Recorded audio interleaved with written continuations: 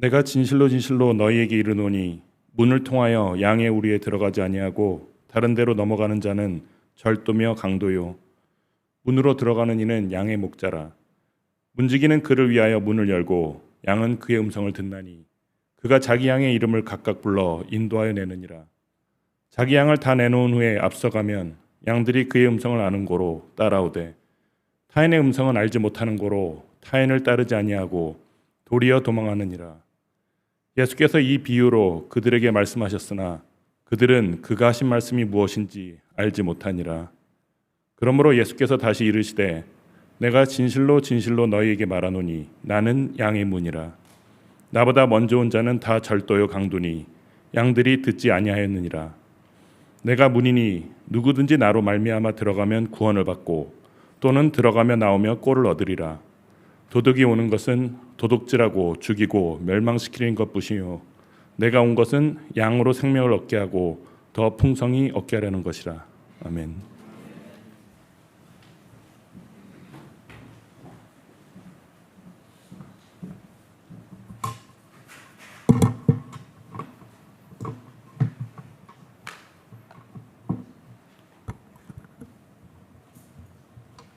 할렐루야.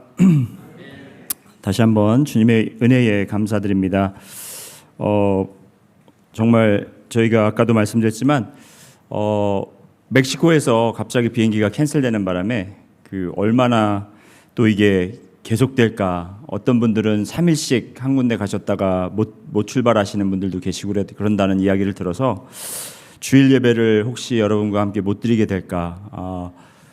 그래서 이찬영 전사님한테 연락해서 설교 준비를 해놔라. 그렇게 이야기를 해야 되는 건가? 막 그런 생각까지 들었는데 이렇게 하나님의 은혜로 무사히 돌아오게 되었고요. 그때 당시에는 너무 힘들고 어려웠지만 생각해 보면 저희가 단기 선교 가면 항상 하루 정도 쉬는 날이 있어요. 근데 이번 멕시코 메리다 선교 때는 쉬는 날을 저희가 넣지를 않았습니다. 김효상 장로님의 선견 지명이 있으셨는지 우리가 이번에는 쉬는 날 없이 계속 봉사를 하겠다는 거예요. 그래서 좀 그래도 하루 정도는 아이들도 같이 갔는데 좀 쉬면 어떨까라는 생각을 했는데 또 저희가 그렇게 열심히 선교하고 돌아오게 되는데 마침 메리다에서 비행기가 캔슬이 되는 바람에 쉽게 또 항공회사에서 그러면 방을 내주겠다. 그래서 저희 팀원이 16명, 총 16명 했지만 두 분, 강경숙 사모님하고 부가는 아틀란타로 갔기 때문에 14명밖에 없었는데 호텔방을 9개나 해줘서 어른들은 각자 방 하나씩, 아이들은 또 자기들끼리. 근데 아이들이 너무 좋아하는 거예요. 집에 가기 싫은지. 도대체 집에서 뭘 하시길래 그렇게 아이들이 거기서 남고 싶다 그러는지. 그래서 하루가 더 연장되니까 아이들도 너무 기뻐하고 또 호텔 에어라인에서 해준 호텔이 또 꽤 좋은 호텔이었고 또 호텔에 가니까 버페식으로 또 음식도 제공해줘서 저희가 이것도 하나님이 우리가 하루도 쉬지 않고 섬겼더니 하나님께서 제공하시는 그러한 기회가 아닌가라는 생각이 들었고 아이들이 기뻐하는 모습을 보니까 너무 어른들은 사실 굉장히 좀 힘들었지만 아이들 모습 보니까 너무 감사하고 너무 기뻤습니다. 그래서 좀 몸은 힘들고 하지만 그래도 정말 주님께서 이렇게 우리가 계획하지 않았던 이러한 것들도 우리가 왜 상황이 이렇게 되지 하는 그런 상황 속에서도 주님께서 섭리하시고 계획하심이 참 친절하시고 또 주님께서 좋으신 분이다, 선하신 분이다라는 것을 다시 한번 느낄 수 있었습니다. 대신에 제가 설교 말씀을 준비할 시간이 많이 없었어요. 그래서 어제 밤에 도착해서 또 이렇게 준비를 제가 비행기에 오면서 좀 하면서 이렇게 하긴 했는데 설교를 바꿔볼까도 생각했었습니다. 그 선교제 가서 했던 설교를 할까 했는데 또 우리 성가대를 생각하니까 제가 설교를 못 바꾸겠더라고요.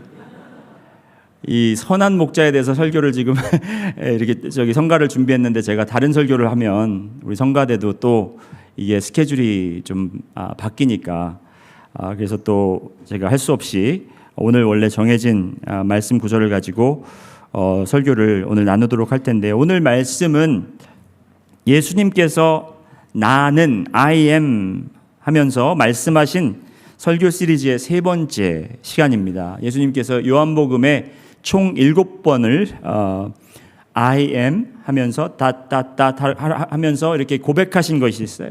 선포하신 것이 있습니다. 우리가 나는 그리스도, 나는 떡이다라고 첫 시간에 배웠고, 그리고 나는 빛이다 두 번째 시간에 배웠고, 오늘은 나는 양의 문이다라고 이렇게 선포하시는 것을 오늘 그 말씀을 살펴보도록 하겠습니다. 오늘 말씀의 아웃라인을 제가 한번 이렇게 짜보았습니다. 첫 번째는 왜 이 말씀을 하셨을까? 그 질문을 한번 던져봅니다. 어떤 이유 때문에 오늘 본문 말씀의 내용을 예수님께서 나누게 되셨는가?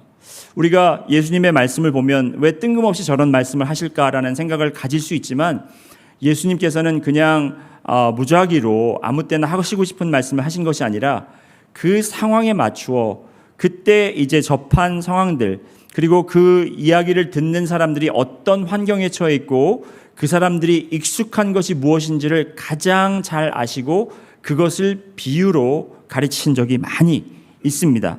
오늘 말씀도 역시 마찬가지인데, 왜 어떤 이유 때문에 오늘 이 말씀을 나누게 되는지를 첫 번째 우리가 보게 되겠고요. 두 번째는 이 I am 선포는 이제 양의 목자의 비유의 말씀을 지금 하시는 가운데 선포됩니다. 그런데 이 비유를 말씀하실 때 그 비유에 나오는 소개되는 단어들이 상징하는 다른 영적 의미들이 있는데, 그것이 무엇인가? 그래서 첫 번째는 why, 왜 말씀하셨는가? 두 번째는 무엇, what does those elements, 그게 어떠한 말씀들이 이러한 내용들이 무엇을 상징하고 있는가를 우리가 짧게 제가 설명을 드리도록 하겠고요. 예를 들어서 양의 우리가 나옵니다. 이 양의 우리는 무엇이고, 그리고 또 이 양의 우리에 들어가려고 하는 자들이 있다라고 소개하는 부분이 나오는데, 그 사람들은 무엇이고 그들이 무엇을 상징하는 것이고, 그리고 그 우리 안에 있는 양들은 누구를 상징하는가, 그것에 대해서 우리가 살펴보고 있고요. 세 번째로는 우리가 어떻게, why, what, how, 어떻게 이것이 이 말씀이 우리의 삶에 적용이 되는가, 이렇게 제가 세 가지로 나뉘어 정리해서 여러분들과 말씀을 나누도록 하겠습니다. 예수님께서 양의 우리의 문이다라고 말씀하신 이 말씀이 여러분과 저의 삶에 어떻게 적용되는가를 우리가 보도록 하겠습니다. 그럼 먼저 why에 대해서 설명을 드리도록 하겠습니다. 예수님께서 본문에 기록된 내용을 말씀하신 이유를 우리가 알기 위해서는 그 말씀하시기 전 상황을 이해해야 됩니다. 그래서 우리가 9장을 다시 한번 보실 텐데요. 이 9장을 가보시면 이 9장의 내용은, 전체적인 내용은 뭐냐면, 예수님께서 태어날 때부터 눈이 먼 장님을 고치는 그러한 사건이 기록되어 있습니다. 예수님께서 이런 기적을 행하시고 눈을 보지 못하는 사람이 눈을 뜨게 됐다면, 이러한 기적을 체험했다면 거기에는 정말 축제가 열려야 되고 축복된 자리고 기쁜 자리가 돼야 되는데, 이 9장의 내용을 보면 그렇지가 않습니다. 예수님께서 이 눈먼 자를 고치신 그 사건으로 인해서 많은 사람들이 갈라서게 되고, 많은 사람들이 혼돈하게 되고, 거기에서 핍박이 있고 거기서 쫓아냄이 있고, 이러한 좀 사건들이 생긴다라는 것입니다. 아주 심각한 논란이 시작되었어요. 그런데 왜 이렇게 심각한 논란이 시작되었냐면 이런 기적을 행하고 다니는 이 예수란 자는 도대체 누구인가?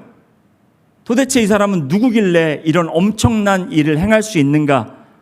하면서 이제 사람들의 의견이 갈리기 시작했다라는 것입니다. 정말 저 사람은 하나님이 보내신 메시아인가 보다. 저 사람은 선지자인가 보다. 아닐 거다. 그럴 수 없을 거다 하면서 예수님에 대한 의견들로 사람들이 나뉘기 시작했다라는 것입니다. 예수님께서 그 전에도 많은 기적을 행하셨습니다. 그런데 대부분의 기적들을 보면요, 제자들이나 소수의 무리들만이 볼 수 있도록 행하셨어요.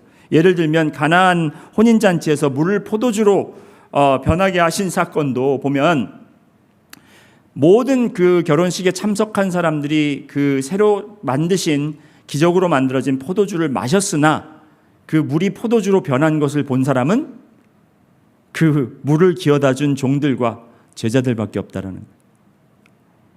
그리고 풍랑을 잔잔하게, 여러분 이 풍랑이 막 거센 풍랑이 불고 배가 뒤집힐 정도로 거센 풍랑이 부는데 예수님이 꾸짖으니까 잠잠했던 그런 사건을 많은 사람들이 봤으면 얼마나 좋겠습니까? 그랬는데 그 사건도 제자들밖에 보지 못했고, 예수님이 그 풍랑 위를 걷는 사건도 제자들밖에 보지 못했고, 심지어 오병이어의 기적도 5,000명 이상의 사람들이 그 오병이어의 그 떡과 그리고 고기를 배부르게 먹고 남았으나 그들은 그 직접 그 광주리에서 이게 계속 멀티플라이, 계속 이게 증가하는 것을 직접 보지는 못했다라는 거죠.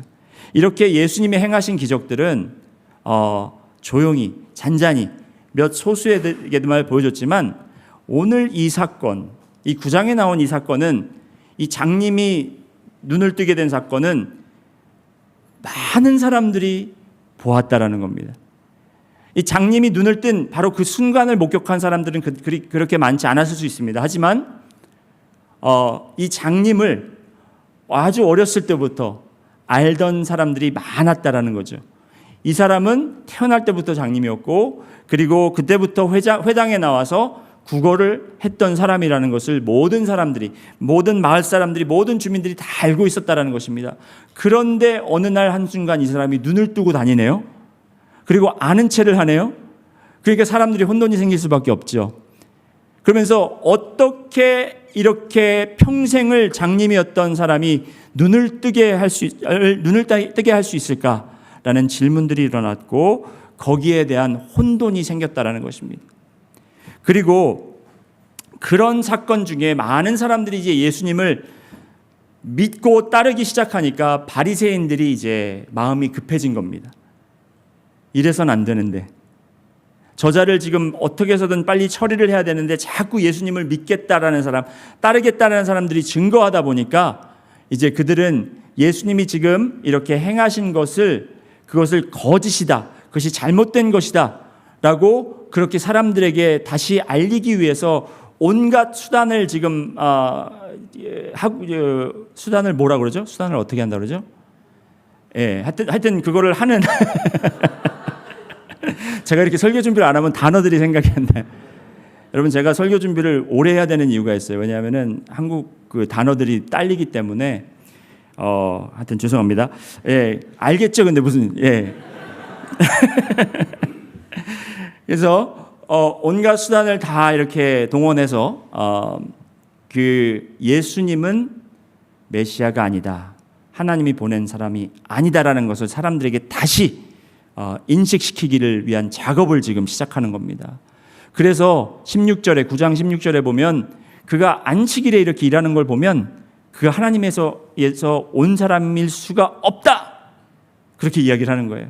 그가 하나님한테 왔는데 어떻게 안식일을 거룩하게 지키지 않고 안식일에 이런 일을 하느냐, 그런 이야기도 하고, 그리고 이 눈을 뜬 이 맹인을 데려다가 네가 정말 맹인이었던 것이 맞냐, 네가 정말 그 사람이 맞냐 하면서 계속 질문을 하는 거예요. 계속 공략을 하는 겁니다.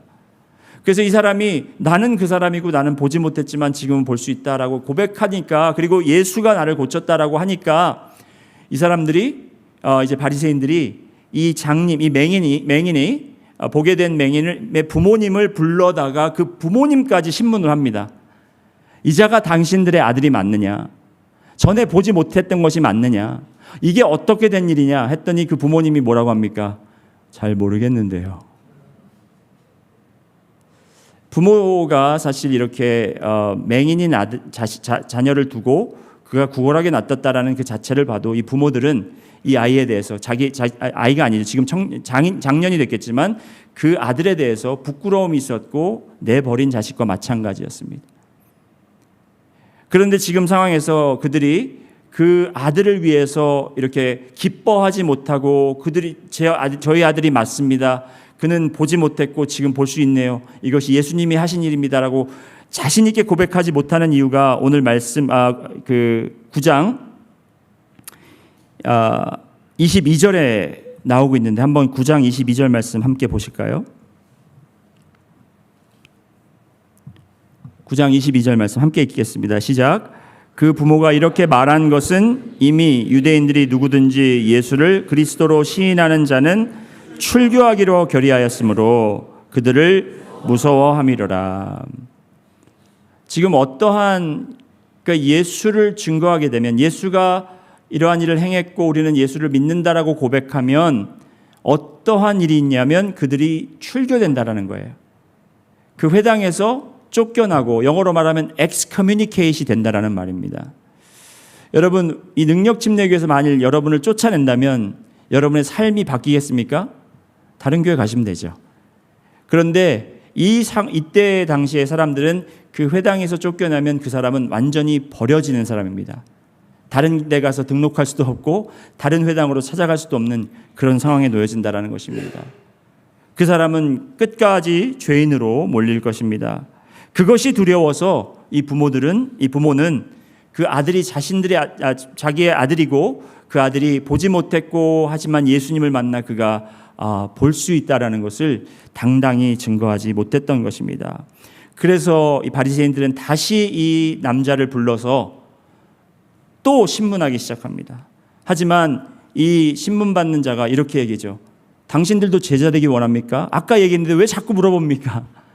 내가 모르는 건 모르지만 분명히 아는 것은 나는 보지 못했으나 이제는 볼 수 있다.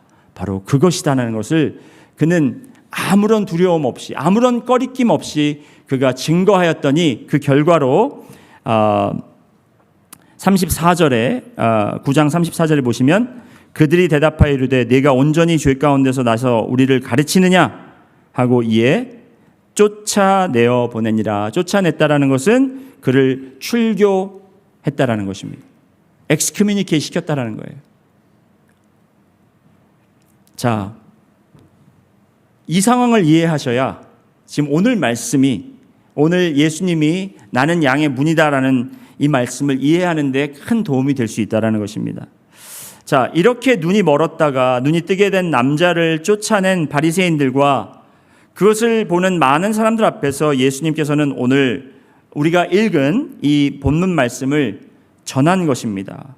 그렇다면 이 비유로 사용하신 단어들의 의미가 무엇인지 우리가 알아보도록 하겠습니다. 첫 번째로 양의 우리에 대해서 살펴보겠습니다. 따라해보실까요? 양의 우리. 예수님 시대의 사람들은 목자의 문화를 잘 알고 있었습니다. 양들을 키우는 것은 양들을 어떻게 키우는 것이고 그리고 목자라는 직업이 어떤 역할을 하는지 그리고 양에 대한 비유를 했을 때 이 이야기를 듣고 있던 모든 사람들은 예수님이 어떤 말씀을 하시는지 그들이 그 내용은 물론 영적인 영안이 띄어 있지 않고 영적인 귀가 열리지 않았기 때문에 주님께서 무슨 말씀을 하시는지는 몰랐겠지만 어떠한 양에 대한 어떤 말씀을 하시는지는 잘 알고 있었다라는 것입니다. 양들을 키우는 것은 다른 종류의 동물들을 키우는 것과 약간의 차이가 있습니다. 여러분 우리가 양으로 비유가 자주 되는데 저는 사실 양으로 비유되면 기분이 좀 안 좋아요. 왜냐하면 양은 멍청한 동물이에요. 굉장히 멍청한 동물입니다. 양은 순하다라고 생각하지만 양은 순한 이유가 있어요. 멍청하기 때문에 그래요. 그리고 앞을 보지 못합니다. 양은 시야가 굉장히 이렇게 짧기 때문에 바로 앞에 있는 것밖에 보지 못하기 때문에 그들이 그 앞에 가면 더 앞으로 가면 어떤 일이 벌어질지 모르기 때문에 앞에 일을 생각하지 못하고 가다가 양들이 낭떠러지에 떨어지고 가시덤불에 이렇게 박히고 하는 그러한 이유가 바로 양들이 멍청하기 때문에 그렇다는 거예요. 자, 여러분 옆에 분들 보시고 이렇게 한번 이야기를 나누기 바랍니다. 당신은 멍청합니다.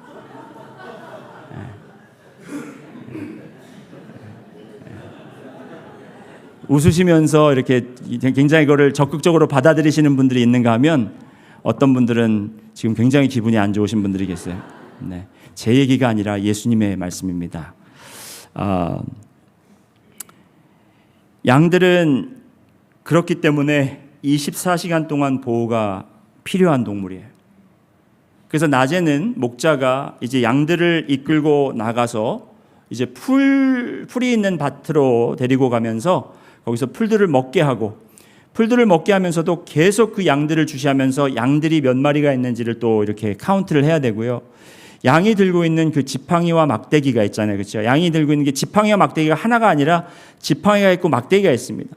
지팡이는 이렇게 고리가 있어요. 그 고리가 있는 이유가 뭐냐면 이렇게 양이 아까 말씀드렸듯이 그냥 바로 앞에 있는 것만 보고 가다가 떨어지려고 할 때 그 고리를 확 목을 이렇게 딱 낚아채서 이렇게 끌어와야 돼요. 그리고 막대기는 어떤 역할을 하냐면은 막대기의 그 끝 부분이 칼날처럼 뾰족하진 않지만 그 뾰족하게 만들어서 양들이 움직이지 않을 때 그걸로 자꾸 찔러줘야 돼요. 그래야 양들이 움직이기 때문에. 그리고 그 막대기가 몽둥이와도 마찬가지거든요. 양을 때리려고 하는 게 아닙니다. 네, 내 양을 치라 그랬다고 목자가 막 양을 치면 안 되고, 이 막대기를 가지고 들짐승들이 공격해 올 때 그 막대기로 그 들짐승들을 공격해서 양들을 보호하는 역할이 바로 목자의 역할입니다. 그리고 목자가 이렇게 낮에는 보호하고 밤에는 그들을 이제 그 양의 우리라는 곳에 몰아서 집어넣어 놓고, 그 양의 우리라는 것이 주로 돌로 만들어졌습니다. 돌들을 쌓아서 벽을 이렇게 둥그렇게 아니면 네모 형식으로 둘레를 완전히 두르고, 그리고 한 군데에 문을 만들어서 그 문을 통해서 목자가 들어가고 나오고 할 수 있는, 지금 그 양의 우리를 예수님께서 이야기하고 있는 것이고, 그 문을 본인이 바로 그 문이라고 표현하고 계십니다. 자, 그래서 양의 우리에 대해서는 여러분 조금 이제 이해가 되셨죠? 그래서 그 양의 우리의 문을 지키고 있는 사람이 있습니다. 문지기가 있어요. 그 문지기는 목자가 될 수도 있고, 아니면 그 문지기 역할을 하는 사람은 밤에 이제 양들이 빠져나오지 못하도록, 그리고 다른 사람들이 혹은 다른 짐승들이 그 양 우리를 들어가지 못하도록 그 양의 우리의 문을 지키고 있는 문지기가 있다라는 것입니다. 예수님이 말씀하시는 비유에는 양의 우리를 들어가려고 하는 두 종류의 사람이 소개가 돼요. 두 종류의 사람이 소개가 됩니다. 먼저 1절 말씀 보실까요? 1절 말씀, 10장 1절 말씀 함께 읽겠습니다. 10장 1절 시작. 내가 진실로 진실로 너에게 이르노니 문을 통하여 양의 우리에 들어가지 아니하고 다른 데로 넘어가는 자는 절도며 강도요. 자, 양의 우리를 들어가려고 하는 자 중에 어떤 사람이 있다고요? 문을 통하여 들어가지 않고 다른 데로 넘어가는 사람. 여러분 혹시 담 넘어보셨나요? 넘어보셨어요, 집사님? 예, 네, 제가 확인해 보겠습니다. 담을 넘는다라는 것은 사실 뭐 문으로 들어갈 수 없기 때문에, 문으로 들어갈 수 없는 상황이기 때문에 담을 넘어가겠죠. 그렇지만 예수님이 이 문을 통하여 양의 우리에 들어가지 않고 다른 데로 들어가는 자는 뭐라고 말씀하셨습니까? 절도며 강도라고 했어요. 좀 표현이 심한 것 같지만 저희가 이따가 조금 더 말씀 나누도록 하겠습니다. 그리고 두 번째 종류의 우리로 들어가려고 하는 두 번째 종류의 사람이 있는데 2절 말씀 한번 보시겠습니다. 2절 말씀 함께 읽습니다. 시작. 문으로 들어가는 이는 양의 목자라. 자, 문으로 들어가는 사람 누구라고요? 양의 목자라는 것입니다. 지금 예수님께서 이 하신 말씀의 비유는 사실 하나의 비유이지만 이 비유 안에 두 가지 내용으로 나뉜다라는 거예요. 하나는 나는 문이다. 그리고 나는 선한 목자다. 그래서 선한 목자에 대해서는 제가 다음 주에 여러분과 말씀을 나누도록 하겠지만 오늘은 이 문에 대해서 이야기를 해보도록 하겠습니다. 그런데 우리가 그 얘기하기 전에 잠깐 멈추고 생각해 보도록 하겠습니다. 누가 목자입니까? 목자는 누구를 상징합니까? 예수 그리스도입니다. 맞습니다. 그러면 양은 누구를 상징합니까? 제가 아까 말씀드렸죠. 멍청한 우리. 양과 같이 순하고 앞밖에 볼 수 없는 여러분과 저, 예수님을 따르고 예수님을 믿고자 따르고자 하는 사람들이 바로 양이라는 것입니다. 그렇다면 강도는 누구입니까? 네? 사탄? 또 네? 거짓 선지자, 거짓 목자. 네. 오늘 이 내용을 저희가 9장에서 살펴보면 어떤 자들이 바리새인, 그렇죠? 예, 바리새인들을 지금 향해서 이야기를 하고 있지만 예수님이 이 비유로 말씀하셨을 때 보면은 문을 통하여 들어오지 않고 다른 곳으로 넘어가려고 하는 어떠한 그 어느 누구도 바로 절도자며 절도며 강도라는 것입니다. 아시겠습니까, 여러분? 그러니까 꼭 바리새인들, 거짓 선지자들만이 아니라 나는 거짓 선지자다 이렇게 하고 나오는 사람들 없잖아요, 그렇죠? 누구든지 이 문으로 들어오지 않고 다른 곳으로 숨어서 기어서 몰래 들어와서 양들을 훔쳐가려고 하는 자들이 있다라는 것. 여러분 이것을 여러분 머릿속에 기억해 두시기 바랍니다. 그렇다면 세 번째로 이 말씀이 어떻게 우리에게 적용이 되는가? 어떠한 영적 교훈을 우리에게 남겨주는가? 우리가 살펴보실 때 예수님께서 양이 우리의 문이라는 것이 우리에게 어떤 영적 의미가 있는지 살펴보도록 하겠습니다. 자, 첫 번째로 아까 비유로 말씀하시기 전에 사건, 왜라는 것과 그리고 무엇, 그것을 한번 연결해 보도록 하겠습니다. 왜 이 말씀을 하게 되었고 그리고 이 말씀을 통해서 지금 이렇게 전하는 그 내용들과 우리가 합해 보면 이러한 우리가 예수님의 가르침을 깨달을 수가 있습니다. 양 한 마리가 있습니다. 누구를 이야기하냐면 바로 태어날 때부터 앞을 보지 못했던 바로 그 사람입니다. 그 양은 정말 제가 양을 소개한 것처럼 앞도 보지 못하고 그는 누구의 인도함을 따라야 되고 누구의 손을 잡고 이끌림을 받아야 되는 사람이에요. 도움을 받아야 되는 사람이었습니다. 보호를 받아야 되는 사람이었고 돌봄을 받아야 되는 그런 사람이었다라는 것입니다. 그 양이야말로 앞을 보지 못하기 때문에 보호가 필요했고 목자의 인도가 필요했던 바로 그 사람이었습니다. 그런데 바리새인들과 회당의 리더들, 그들이 바로 그 인도자가 되어야 했고 그를 이끌어주고 그를 보살펴주고 그리고 그가 필요한 것을 공급해주고 또 그를 감싸주고 안아주고 그들이 정말 살 수 있도록 돕는 역할을 하는 것이 바리새인들이었고 회당의 리더들이었는데 그들은 그가 회당 앞에서 구걸하고 있을 때는 아무런 손도 내밀지 않고 아무런 것도 도움을 주지 않고 있다가 그가 예수님을 만나 눈을 뜨고 이제 예수님을 고백하려고 했을 때 그들은 그의 입을 막으려고 했고 그리고 그가 고백하는 것이 거짓이다라고 이야기를 하려고 했고 결국에는 그를 회당에서 내쫓아 버리고 말았다라는 것입니다.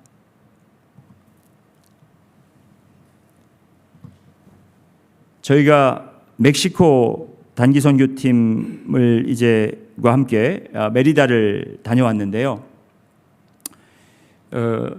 멕시코의 인구 조사를 통해서 알아본 결과 멕시코가 이게 어떠한 소스를 보느냐에 따라서 좀 틀릴 수가 있는데요. 어떠한 소스는 멕시코 인구 전체의 78%가 로마 카톨릭 신자다라고 이렇게 정리한 곳이 있는가 하면 또 다른 소스에서는 92%가 카톨릭 신자라고 합니다.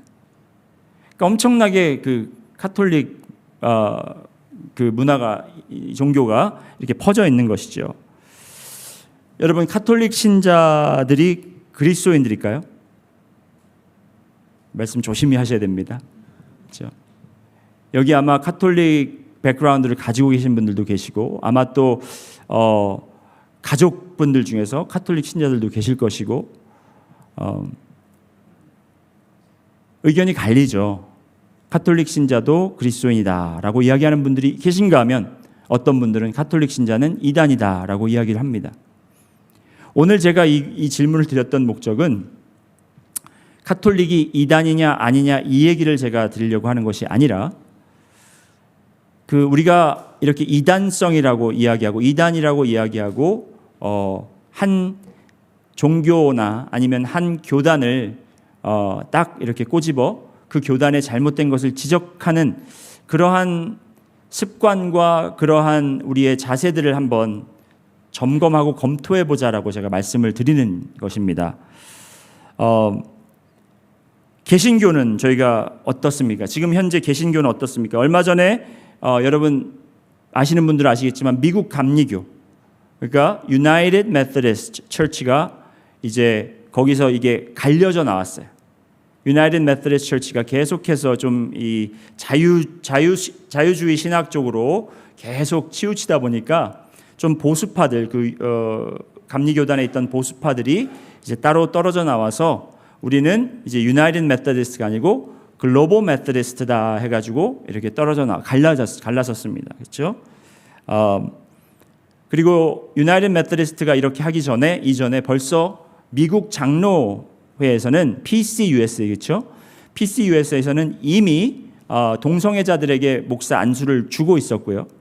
그리고 동성애 결혼한 사람들을 교회의 멤버로 인정하고 그것을 허락하는 지금 그러한 상황입니다. 그렇다면 이렇게 자유주의를 계속해서 추진하고 있고 그리고 가리키고 있는 이러한 개신교들은 그리스도인들입니까? 잘 모르겠죠. 여러분 아까 제가 말씀드렸을 때 지금 예수님이 맹인을 고친 것 가지고 지금 사람들의 의견이 막 이렇게 갈라졌다고 말씀드렸죠. 여러분 우리는 같은 그리스도인들이라고 하면서도 우리는 연합하지 못하고 있는 것이 바로 저희의 모습입니다. 그리고 그 안에서 많은 논쟁들이 있습니다. 누가 옳고 누가 그르고 누가 잘못됐고 누가 잘됐고. 여러분 무엇이 저희 교회는 남침례 교단에 속해 있는데 그렇다면 남침례 교단은 다 잘하고 있습니까? 다 잘하고 있다면 그러면 저희 남침례 교단 사람들은 다 그리스도인들입니까? 도대체 무엇이 그리스도인이고 도대체 누가 어떤 걸 가지고 어떤 기준으로 누가 그리스도인이고 누가 그리스도인이 아니고 누가 예수님을 따르는 자고 누가 예수님을 따르지 않는 자인 것을 누가 구분하고 누가 이야기할 수 있습니까? 어떻게 그 기준을 둘 수 있냐라는 것입니다. 제가 달라스에서 유스 전도사로 사역하던 교회가 이제 교회를 세우신 설립 목사님과 새로 부임해 오신 목사님의 그 파워 전쟁 때문에 큰 어려움을 겪었습니다. 설립 목사님은 교회를 이미 교회에서 사임하시고 한국에 가셨지만 아직도 이 교회를 움직이시려고 한국에서부터 계속 이 집사님들과 연락이 오고 갔습니다. 새로 오신 목사님은 본인이 이제 담임 목사로 오셨는데 보니까 자기가 할 수 있는 게 아무것도 없어요. 그래서 이제 두 목사님이 약간 이제 싸움이 붙은 거고 또 그러다 보니까 교인들도 설립 목사님 파, 새로 오신 목사님 파, 그리고 나는 상관없다 파, 중립파 이렇게 세 그룹으로 나뉘었는데 하필이면 교회 이름이 세계로 교회였습니다.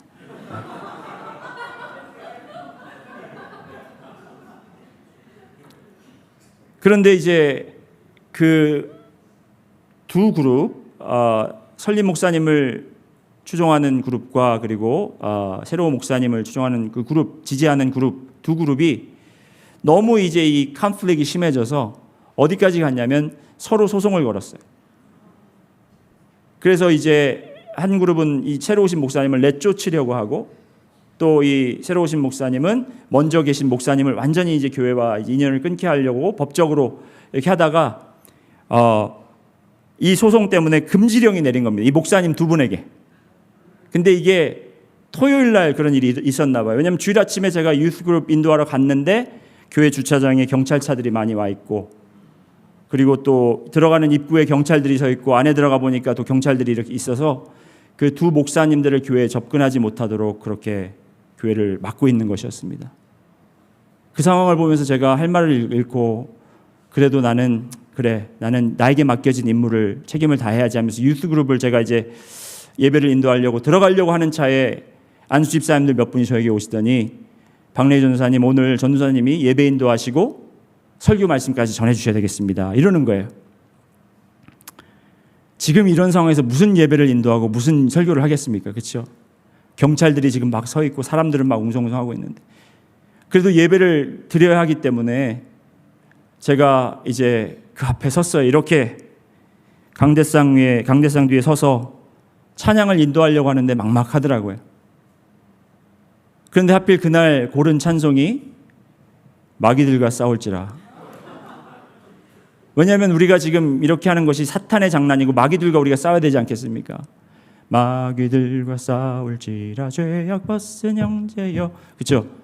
그 찬양을 지금 이제 인도를 하는데, 그 교회는 지금 이 교회 빌딩보다 훨씬 큰 교회지만 그 교회도 이렇게 섹션이 2개로 나뉘었어요.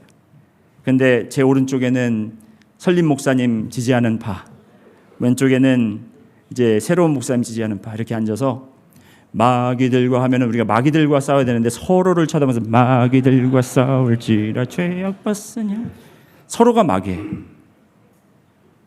그 모습을 제가 이제 앞에서 예배를 인도하면서 말씀을 전해야 되는데 앞이 깜깜한 거예요. 제가 설교를 준비할 때 아까도 말씀드렸지만 그때는 제가 한국말을 더 못했잖아요. 그렇죠? 그러니까 이 한국말도 잘 못하는 제가 그 앞에서 설교를 해야 되고, 그리고 또 이 상황에서 제가 지금 설교 준비할 때도 한 20시간, 30시간 정도 설교 준비하는 시간이 들어야 되는데, 지금 갑자기 설교를 하라고 하니까 무슨 설교를 할지도 모르겠고 앞이 막막한데 저도 그런 생각이 든 거예요. 주님, 제가 이분들 좀 혼내는 설교를 하고 싶습니다.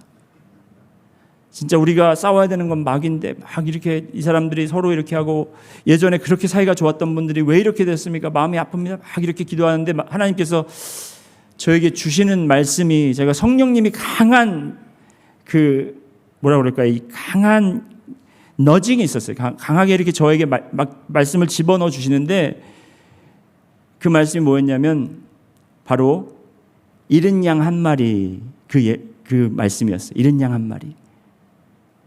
왜냐하면 지금 제 눈앞에 보이는 것은 두 파예요. 두 파. 서로 옳다, 서로 잘못됐다, 서로 나쁘다 하는 두 파였지만, 하나님께서 보고 계시고 하나님께서 마음 아파하셨던 분들은 바로 그곳에 있는 아직도 믿음이 약한 어린 양들이었다라는 겁니다. 주님을 조금 더 알아가기 원했고, 주님을 조금 더 만나기 원한 그런 사람들이, 정말 순수한 마음으로 주님을 찾고 주님에 대한 갈급한 마음이 있는 그런 어린 양들이 지금 이곳에 있는데, 지금 교인들, 교회의 주축이 되는 그 직분자들이라는 사람들이 이 교회에서 앉아서 예배를 드리면서 서로에게 서로를 견제하고 서로에게 삿대질하면서 서로가 옳다고 주장하는 지금 그 순간에 누가 가장 기뻐하고 누가 가장 영광을 받았겠냐는 거죠. 그거는 정말 우리 문지기 역할을 해야 되는 우리가, 여러분, 예수님, 양의 문이 되시는 예수님이 왔다 갔다 하게끔 우리가 그 문지기를 역할을 해야 되는 교회가 그러지 못하고 있었기 때문에 그 도적들과, 그렇죠? 또 뭐죠? 강도들이 그 울타리를 넘어서 양들을 지금 뺏어다가 훔쳐다가 그들을 10절 말씀해 보면 죽이고 훔치고 죽이고 멸망시키는 그런 일을 하게끔 교회가 두고 있었다는 것입니다.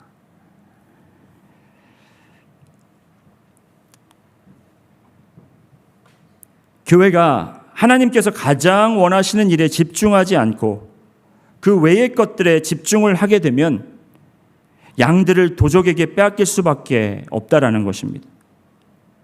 오늘 말씀은 분명히 나는 양의 문이다라고 말씀하셨습니다. 그렇지만 10절, 우리가 10장 10절 말씀에 보면 도둑이 오는 것은 도둑질하고 죽이고 멸망시키려는 것뿐이요 내가 온 것은 양으로 생명을 얻게 하고 더 풍성히 얻게 하려는 것이라. 우리가 서로 의견이 다를 수 있습니다. 서로 원하는 것이 틀릴 수도 있습니다.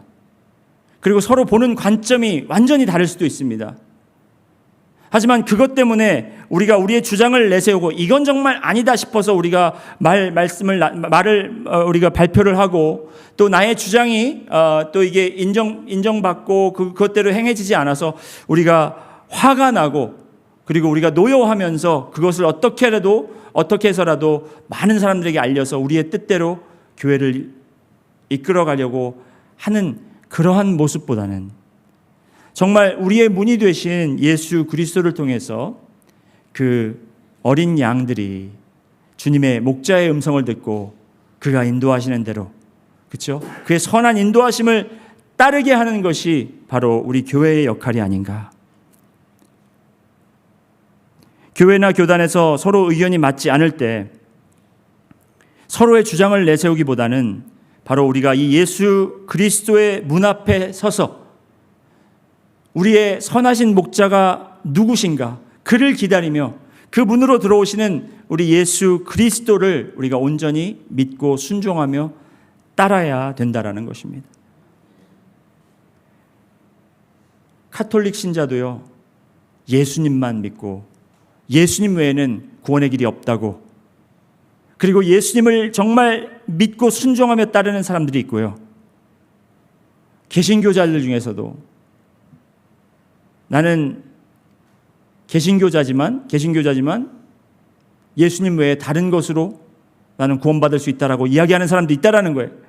제가 말씀드리는 것은 어떠한 일정한 교단이나 어떠한 교파를 우리가 이야기하면서 그것이 잘못됐다, 잘됐다 이렇게 이야기하기보다는 우리가 하나님을 믿고 예수 그리스도를 구주로 영접한 자들이라면 우리가 근본적인 바로 그 예수 그리스도와 복음으로 돌아가서 그 복음에서 연합하는 바로 그 작업이 필요하다는 것입니다. 우리 교회에서, 능력침례교회에서도 마찬가지입니다. 우리가 서로의 의견과 내가 원하는 것, 내가 원하는 설교 스타일, 내가 원하는 프로그램, 내가 원하는 지키고 싶은 전통, 이런 것들 때문에 우리가 싸우는 것이 아니라, 그렇다라는 것이 아니에요. 혹시 앞으로라도 우리가 그럴 때에 우리가 우리 주장을 내세우기보다는 우리가 지금 의견이 지금 나뉘고 있습니다. 우리가 이럴수록 더 근본적인 것으로 돌아가 예수 그리스도의 문 앞에 서서 그 문으로 들어오시는 예수 그리스도의 음성을 듣고 그 예수 그리스도의 인도하심을 우리가 따르자라고 우리가 그렇게 서로를 초대하는, 그리고 서로에게 양보하는 우리 능력침례교회 성도들이 되어야 할 것입니다. 18세기 영국의 대각성 부흥 운동의 중심에 서 있었던 조지 윗필드 목사님과 존 웨슬리 목사님은 서로 너무나도 다른 신학적 교리 때문에 서로 많이 부딪히고 그리고 껄끄러운 그런 사이였습니다. 조지 윗필드는 캘비니즘주의였어요. 예정론, 그렇죠? 거기에 존 웨슬리는 아르미니안 빌리프를 가지고 있었어요. 우리의 행동과 우리의 의지, 그렇죠? 너무나 이게 물과 기름처럼 섞일 수가 없는, 그래서 그것 때문에 많이 둘이 다투고 서로 만나서도 그렇고 이렇게 공식적인 장소에서도 그랬지만 결국에는 이들이 영적 각성 운동을 위해서 함께 설교했고 함께 부흥의 역사를 이끌어갔던 것을 볼 수 있습니다. 조지 윗필드 목사님이 돌아가실 때에 존 웨슬리 목사님이 그의 funeral, memorial service에 와서 설교 말씀을 전하셨는데 그때 이렇게 얘기했어요. We agree to disagree on non-essential things. 중요하지 않은 것에는 우리가 동의하지 않아도 괜찮다고 우리는 그렇게 결정했다. 하지만 가장 중요한 복음 사역에서만큼은 우리가 연합하고 예수 그리스도의 이름이 증거되는 것에는 우리가 함께 사역하였다라는 것을 그렇게 증거했다라는 것입니다. 여러분도 마찬가지로 교회에 그리고 못하는 부분들이 많이 있을 것입니다. 하지만 지금처럼 이렇게 복잡하고 다양한 사상들로 우리를 혼란 속에 집어넣고 빠뜨리고 있는 이 사탄의 계획은 우리가 정신없이 이렇게 문을 지키지 못하고 있을 때 여러분 계속해서 그 도둑과 강도들은 우리 그 양의 우리에 들어와서 아직도 잃은 양들을 훔쳐가고 그들을 죽이고 멸망시키고 있다라는 것을 우리가 잊지 말고 우리가 온전히 주님의 문을 지키고 그 문을 바라보고 예수 그리스도가 들어오셔서 우리의 이름을 불러주시며 우리를 인도하시는 그 인도하심대로 우리가 순종하며 따르는 우리 능력침례교회 성도님들이 되시기를 주님의 이름으로 축원합니다. 다 같이 기도하시겠습니다. 사랑해 주님 감사합니다. 오늘도 저희에게 주님이 누구이신지를 말씀을 통해 알려주셨습니다. 이 말씀대로 저희가 순종하게 하시고 또 이 깨달은 대로 저희가